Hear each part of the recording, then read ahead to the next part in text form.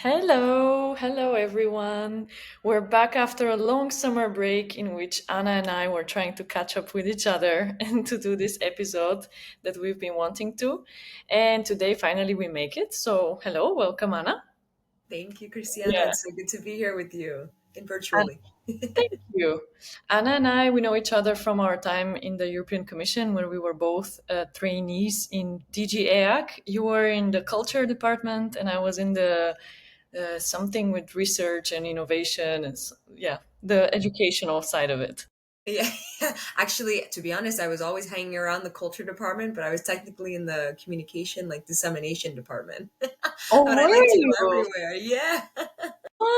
So today I'm finding out new things about you. Yeah. But so in line with that, let me introduce yourselves to the people who are listening to us. Anna is a connector of worlds. She describes herself as an international learning strategist and a storyteller who thrives at the crossroads of culture, communication, and creativity. Hence the culture in DGEAC. She has designed training for international organizations and built global campaigns for the European Commission and now channels her voice into media and dialogue. Whether designing learning tools or sparking conversations across borders, Anna brings up sharp insight, warmth, and a vision that makes people stop, listen, and reimagine what's possible. Originally from New York, she calls the world her home, and today we're thrilled to invite her to our program. Where are we finding you right now, Anna? Please tell Good me. question. That's a good question. Right now, I'm in Tampa, Florida. Mhm. How Yeah. is it over there? Ooh, it's honestly better now that the summer is dying down. But I'll be honest, this summer, I hit my limit with how hot I can physically get. So I'm really Really? looking forward to the winter. Oh my, so it's getting, so you're sensing the climate change right on your back, huh? Oh man, it's not only bad here, but this year was the first year that New York's climate, like their what do you say, climate zone Mm-hmm. changed to subtropical. So Oh, technically, Florida and New York are now in the in the same climate zone. oh my God, that's crazy. Everybody's Well, just sweating. we just before we started, we were speaking about humidity and like in Bulgaria, where I'm from, also the weather has been changing, and this summer was like 40 degrees easily, you know? And Spain and Italy as well, there were heat waves, especially in July. It was just it becomes kind of like winter because you cannot go out if you don't have an AC at home, and it's like, yeah. Exactly. I feel like here in Florida, they're known for having snowbirds, so people who come when it's snowing up north. Huh? Now I think we have to change it to sunbirds. Like you leave when it's too hot here because it's exactly this extreme. Yeah, yeah, exactly. Which is something I like to speak about. Like, I like to speak about climate change. Not that I like to, but I think it's a topic that we should talk about because I think it's met often with so much skepticism and, but Which issues are inter. how is Yeah, it still met with skepticism? I mean, I don't. I know, I know. But in terms of communication, what do you think you're noticing around, let's say, what I call the polycrisis? How do you see the crisis of our times, which are so interconnected: climate change, social inequality, what's happening in the US? I think it's an example of division and polarity in our society. How do you see things from your angle, from your work? It's a great question. I see often two types of reactions. One, complete disengagement. I find that I have more and more friends, colleagues, people that I follow on social media that are just disconnecting from the news cycle, from any type of social media platforms, and really from, in a lot of ways, the internet and all of the ways that we get inundated with horrific news, whether it's in your own backyard or in your country or your part of the world or just the whole world. There are so many crises going on right now that I think many people are trying to emotionally regulate by not in, being exposed to it as much. Um, and there are pros and cons with that. I think most of the time when I hear people taking that approach or taking a tech detox, social media detox, it's really coming from a place of, I feel bad that I don't know what's going on as much right now, but I also feel like I'm protecting my sanity. And Mm, I have also felt that way. I've also taken breaks. And then the other side of the spectrum, I see people very much engaging with it, very, very much, in a way where it is kind of consuming, I think, their algorithm and also what they're posting. It's almost like a vicious cycle. It's something that is, the more you look at it, the more it's going to be put to you. mm, But at the same time, it's very important to stay engaged and to stay educated about these declining systems that will only get worse if we don't intervene. mm, So, on that spectrum, I personally try to go a little bit more towards the middle, but what I've been seeing is that what we're consuming is affecting how we are processing our world, and it's also affecting how we communicate about our world. mm, And I think that I think it's a crucial time for communication, but I also think it's a crucial time for also maybe getting grounded and recognizing what we can do and what is out of our hands right now. mm. Yeah, whoa, this resonates so much with me because I think I can have the tendency to lean towards the hyperactive and let's do this. And then I go on my social media and I'm flooded with pictures of children in Gaza and especially since I work in children's rights. And then it's like, whoa, how much I can influence this and until which point you're so easily into burnout and frustration and hopelessness, actually. Yeah. Yeah, so it's a hard one to balance, I think. Yeah. And I feel like it's one that you know, mm, how do I say? I think it also affects us in a way that we don't anticipate. I think there's, the physical level, the mental level. I think in a way, a lot of the things that's going on, especially with Gaza, especially with the famines and wars and climate crisis that are going on, I think it's affecting us in an energetic way, Mm, in different places. I find that, yeah, people really have to be intentional about the joy they're getting out of their days because of how intense and life threatening so many of these crises are and seem. mm. And then how do we get these joys and staying grounded without going into spiritual bypassing? You know what I mean? Like, Exactly. Exactly. yeah. What would you say? What are you doing? What works for you? Like, Ooh, that's a hard one. that's a hard one. I know, because like today's a good day for me, but there are Mm, days when it's not good, when I'm overwhelmed by the world and where yeah, you said it perfectly, hopeless. You know, I think a couple things have been happening since I turned 30 last year, and all of a sudden I'm like, I'm mature now. And I think some of the lessons that I've learned in this past year is that one, you have to be connected to community in some way or another. It's going to not only help you protect your sanity, but it's going to make you feel a part of something that is good, that is positive. And even if it's just on a local level, it's something that's bringing joy and hopefully to more people than just you. So mm, for me, I'm part of a drum collective out here in Tampa Bay. Every Sunday we play on a really beautiful beach out here called Treasure Island Beach. And we just play until the sun goes down. We play the sun down, we like to call it. That's been super healing for me because I also think that music is a very big healer. It's a medicine in a lot of ways. So doing that in community has really helped. I also play soccer, football, futsal, if anything, here in Tampa as well. That's another community that gives me a lot of joy, and that also helps me stay active. So I find that community has been extremely important. And in my work, I get to also develop community through trainings, through learning and development, through communication programs. So shout out to my communities.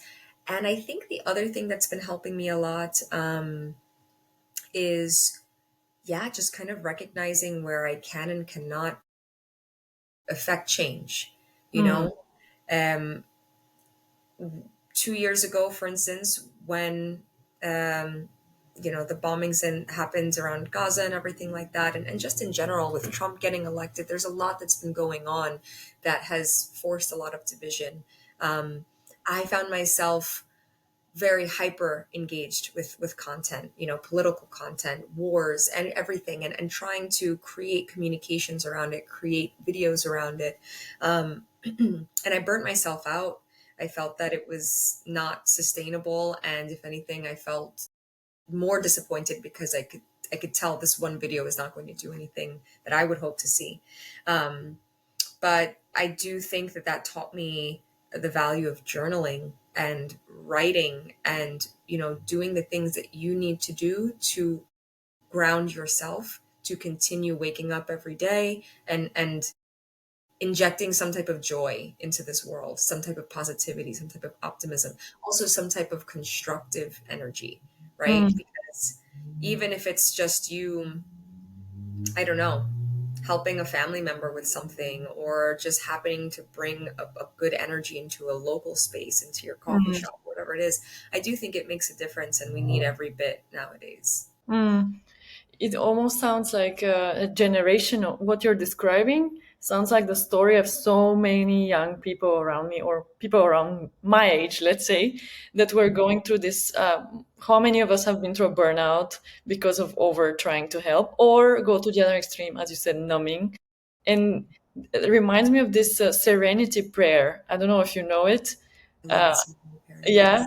it's I just found it to ask for the grace to accept the unchangeable and the courage to change what can be changed and the wisdom to distinguish between the two. It's just That last part is so key, because I think yeah. like it's so easy to approach the first two, but the last one really does take wisdom. Yeah, I'm Yeah. almost getting goosebumps, because do we get wisdom? How can we be young and still have the wisdom to discern? Because wisdom is something you build over time, and yeah, I think young people don't have it easy these days for sure. No, it's funny you say that. I was talking with my grandma 2 weeks ago, and my grandma, she's an Ecuadorian immigrant. She came here in the 70s. She really didn't have anything to her name.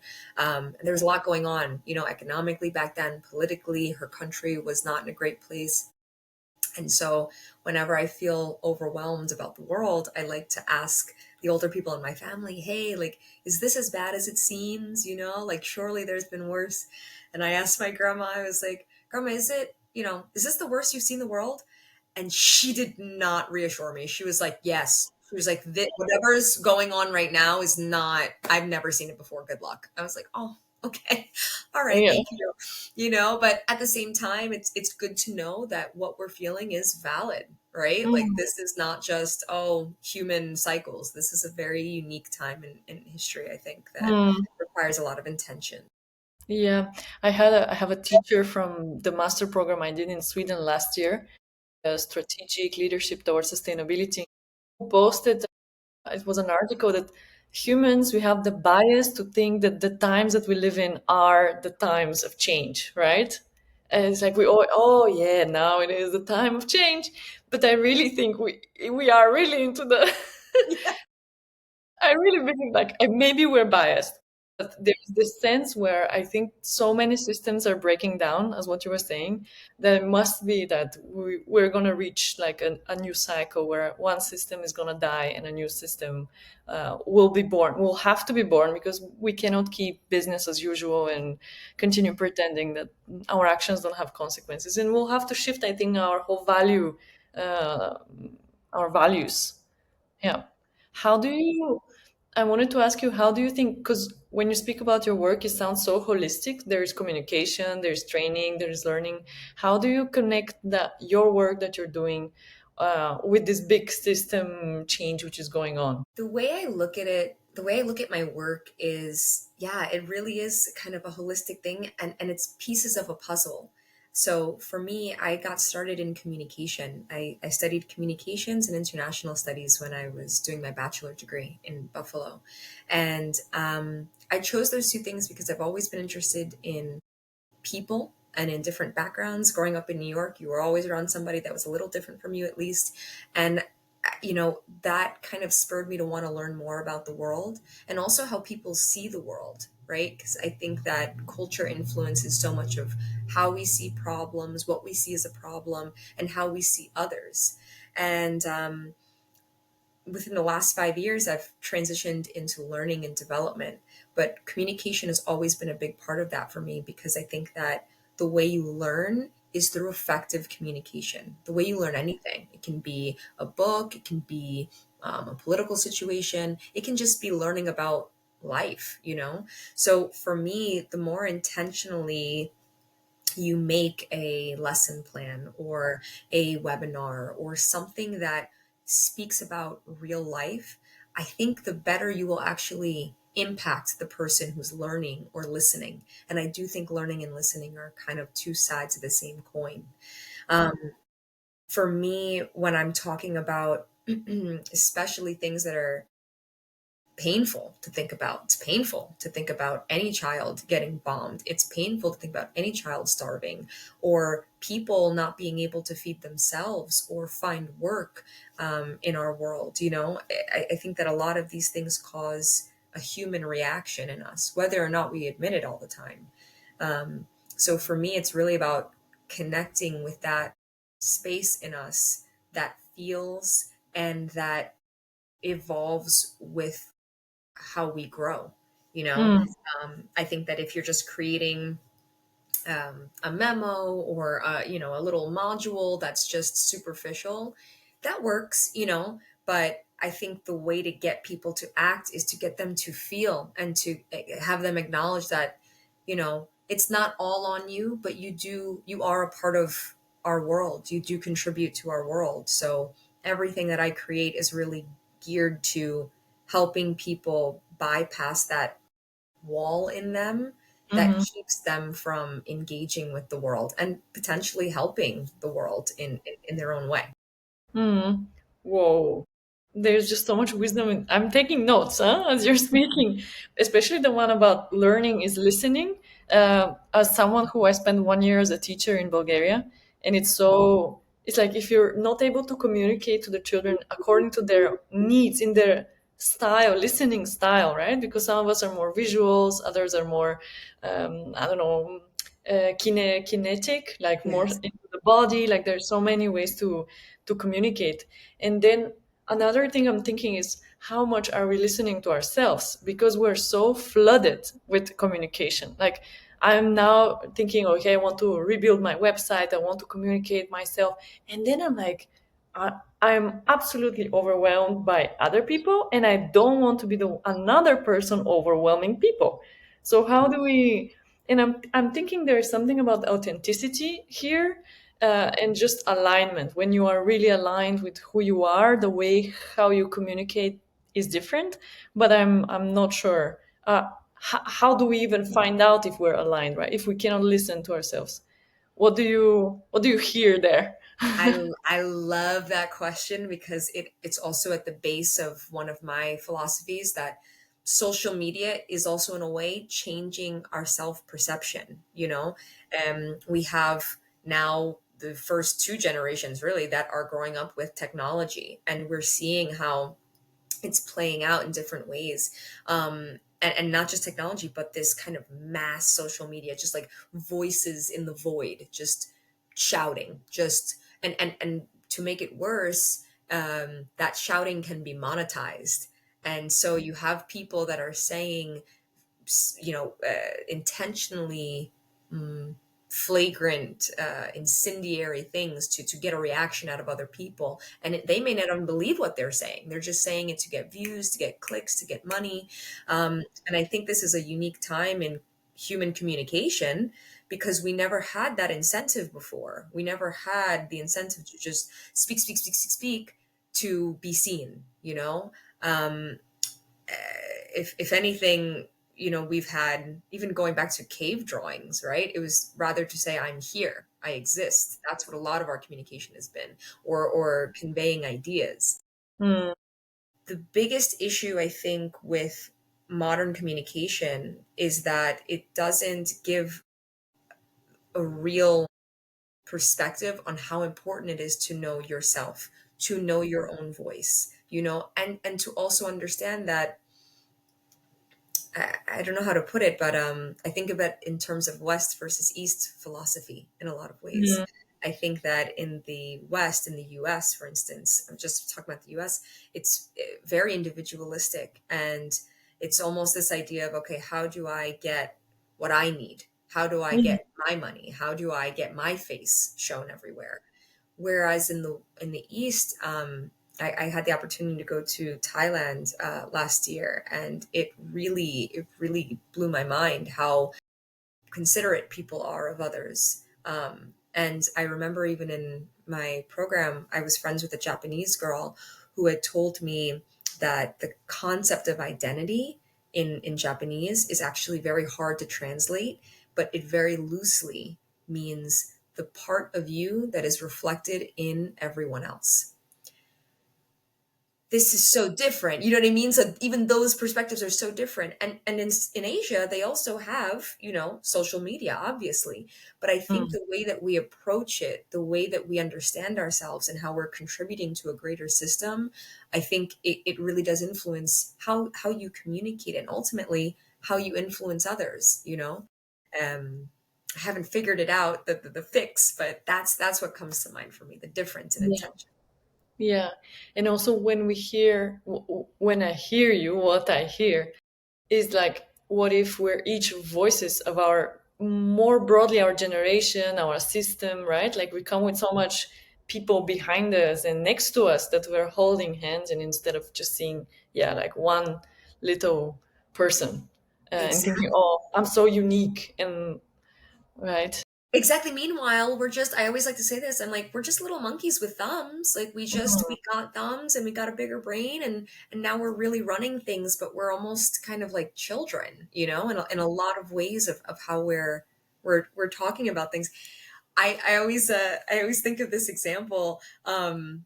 I just imagine an alien coming down to Earth and just asking us, like, what are your biggest problems? And we just have to be like, all of our biggest problems are because of us, actually. Like, we have all this technology and all this power, and we don't even have any natural predators anymore. And we've just, you know, we're working through a rough time and we don't know how. That's so huge. It's like our biggest problems is ourselves. We are our biggest problems. Yeah. Bottom Yeah. line. Yeah. And it Incredible. comes out in how we communicate and in how we educate, in how we teach our histories. You know, I do think in the EU there's a better approach to incorporating history into how we understand the present.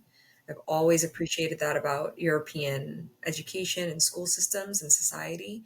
Um, but I do think there's a spectrum, you know, like there are things that we intentionally don't talk about or things like that. In the US, it's, I think, way worse, the censorship, but I think it all contributes to how we see each other, see Mm, ourselves.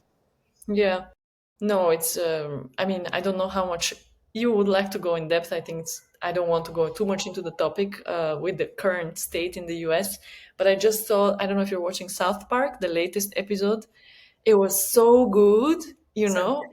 And the so one about the far, like these far right, kind of like people that adopt the voice just because it's lucrative, as what you were saying, but then in the end they were depicted in the episode as miserable because you're doing something that just, does it really resonate with you? What's the price that you're paying for that all? uh, yeah, it was just epic. But what would you say from your experience is the biggest difference between across the Atlantic? What do you appreciate from both, or you don't, or yeah, what's your take well, on that? first of all, I just want to thank you for bringing up South Park. I love that South Park is a bridge. That's like my favorite show. And yeah, you know, it's so funny. I, I went to Amsterdam this first time I was ever in Europe when I was 18. I was 18? No, I was 20.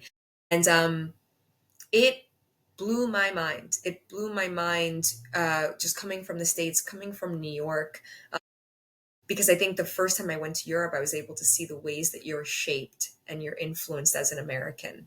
Um, for instance, it was amazing to me that in my classes, the majority of the coursework of how you actually were able to pass was based on Socratic method, you contributing to discussions, how you are interpreting conversations, but also providing logic and reasoning for why you're looking at something and being able to engage with someone else's logic as part of your grade.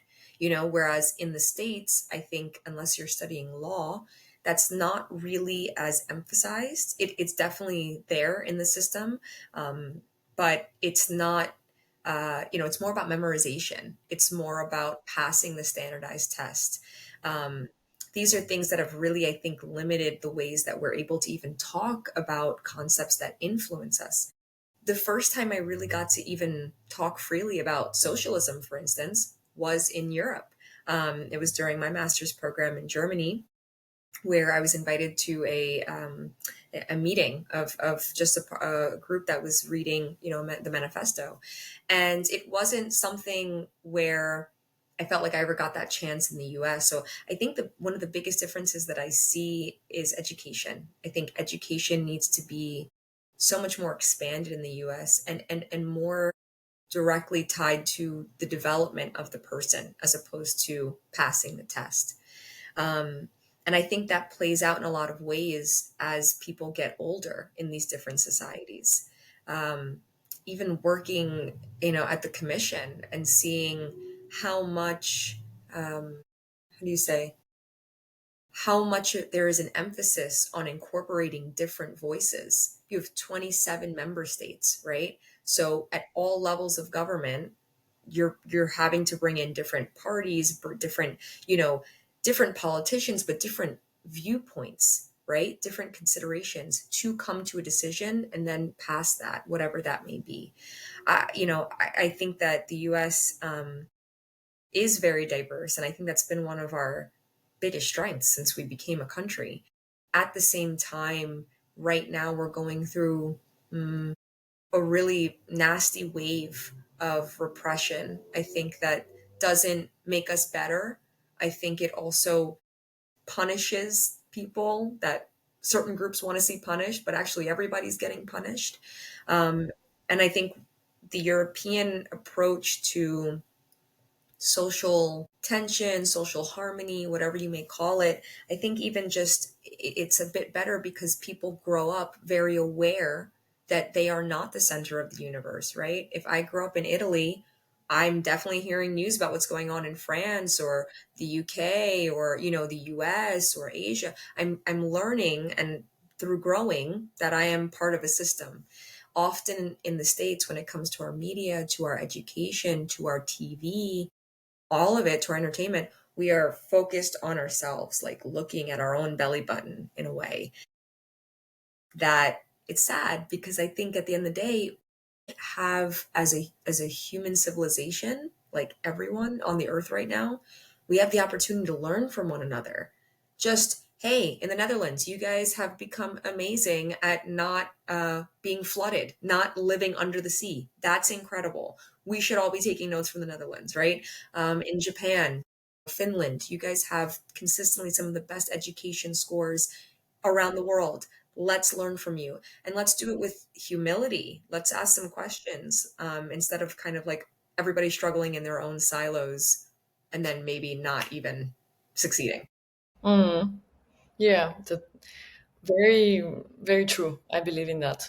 And you're already touching upon it, but if you could have a magic wand, imagine, and you could bring to the world one thing or a couple of things, what do you think the world needs right now, and how can we contribute to that? That's a great question. I would say the world needs, it's hard to say. I was going to say a major reset. But I was going to say, okay, that reset, I would like it to look like two things. I would like it to look like a worldwide conference, almost like where everybody comes with what they're dealing with, how they've approached it, and what their results are, Mm-hmm. in a way, so we can kind of just see, hey, a lot of these challenges are shared and we don't have to go through this alone or make enemies of people who are also struggling. I think that'd be the first thing, a conference. That's part one. Where we just, like, as a human civilization, say, okay, let's get back on track. The second thing I would say, to follow the conference, is a carnival. My family's from Trinidad, and I have to say, carnival is one of those things where it brings people together, and it's actually very difficult to hate people that you've partied with. I know that may sound really naive, but I think after all of this bloodshed and heartache and tension and division and polarization, nasty, nasty energy that we've all been kind of absorbing, not just recently, but I mean, past decades, um, it would be great to have a worldwide carnival where we also celebrate, you know, our wins and hopefully after the conference, the ways that we're getting better. I don't know, but I think we need both. I think we need a restructuring and a release. Yeah, no, I love it. It sounds lovely. And I hear peace, I hear celebration, yeah, brotherhood, sisterhood, yeah, to more togetherness. Okay, and then if you had a magic wand for yourself, what would be like, what are you looking for in terms of your development, in your career? Are there any resources like, or who would you do a communication campaign for, something like that? What is what is it in the pipeline for you in the dream world? Yeah. I think I would use my magic wand to create a program that is really inclusive of different global perspectives and almost like, you know, like a talk show that is about different challenges but really through the eyes of different people. And I think in a lot of what I currently do, I'm already kind of building that, but that's what I see for myself. Just kind of hosting different people with different perspectives, but on the same issue, you know, and really just seeing the variety of views that we have, but also creating a space where other people can see that it's possible to not just communicate with someone that's different from you, but collaborate with them and really get to a place of being able to create action, you know, even if it's just coming from a place of, I understand you, you understand me, this is the issue. How do we make it, how do we meet in the middle? I think people need to see that because we do have a lot of Cartman figures in the world that are making people grow further apart, politicians that are, you know, profiting from that, and systems that are in decline because of Mm, that. mm, So I would love to lead something that brings people back together and shows them how to, because we're mm, losing that a little bit. I love it. I wish that for you. Yeah, I'm writing it down in the wish list, so has more energy to happen. Yes, and when it happens, I need you to be on that show too. So. Of course, with pleasure. Is there something else that I didn't ask you and that you would like to share as final words, or how are you living? How are you feeling?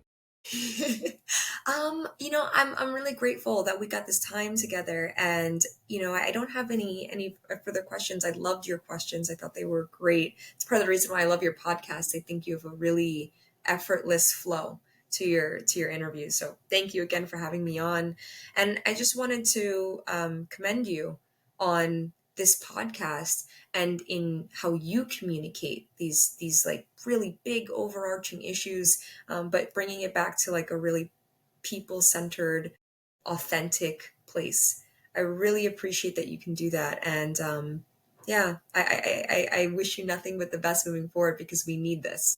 Thank you. And I want to thank you that you are an example of such authentic being and connected to your own strengths. That's what I see. So I hope more people will get inspired with you. And if they want to get in touch, I'm sure you'll be happy to. Absolutely. Oh, one thing I do want to, if I can plug it real Okay. quick, I am working, I have a podcast as well. It's called Flights and Feelings. And part of it is just that basically I don't do it super regularly, but this next session that I'm going to be doing, it's going to be focusing on cultural practices from around the world that actually help make those countries better or those societies better. So I got the idea basically a couple weeks ago. I was at a luau. It's my first luau here in Tampa, and basically in the Hawaiian culture, they have this concept called the halau, and it's a dance school, but it's also a family, and it's also a space of, you know, that like a like fellowship. It's really really beautiful. So your halau, your dance school, is not just your dance group. It's like a real community. Um, And I was thinking to myself, wow, wouldn't it be cool if we had a list of all the different things around the world that bring people together or help people develop themselves? So that's the idea of this next kind of session that I'm going to be doing on that. So I'm going to be talking to you about that, but just in general, I'd love for people to keep an eye out for that. Let's tag it in the description. That would be cool. Sounds good. Okay. Thank you, Anna. Thank you, Kristiana. Bye. Bye bye.